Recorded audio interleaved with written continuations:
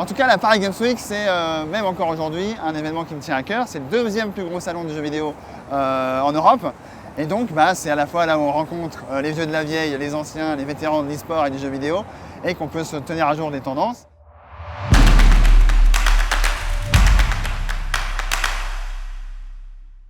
Donc peu à peu, après avoir débuté dans l'univers, on va dire,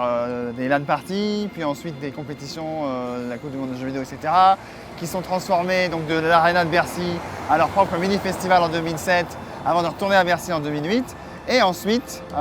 quelques années plus tard, d'être intégré à la Paris Games Week, la grand-messe des jeux vidéo. Et la Paris Games Week, j'avais plusieurs raisons de m'y trouver, puisque j'étais à la fois par mes activités, on va dire,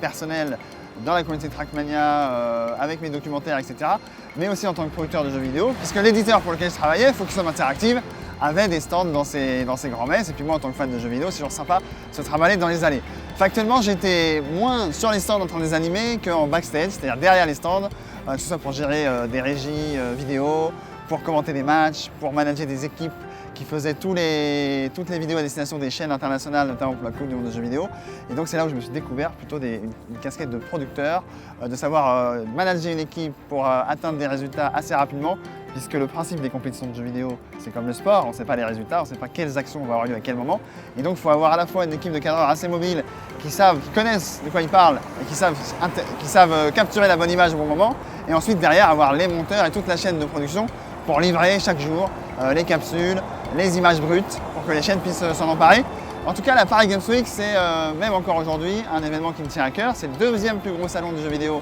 en Europe.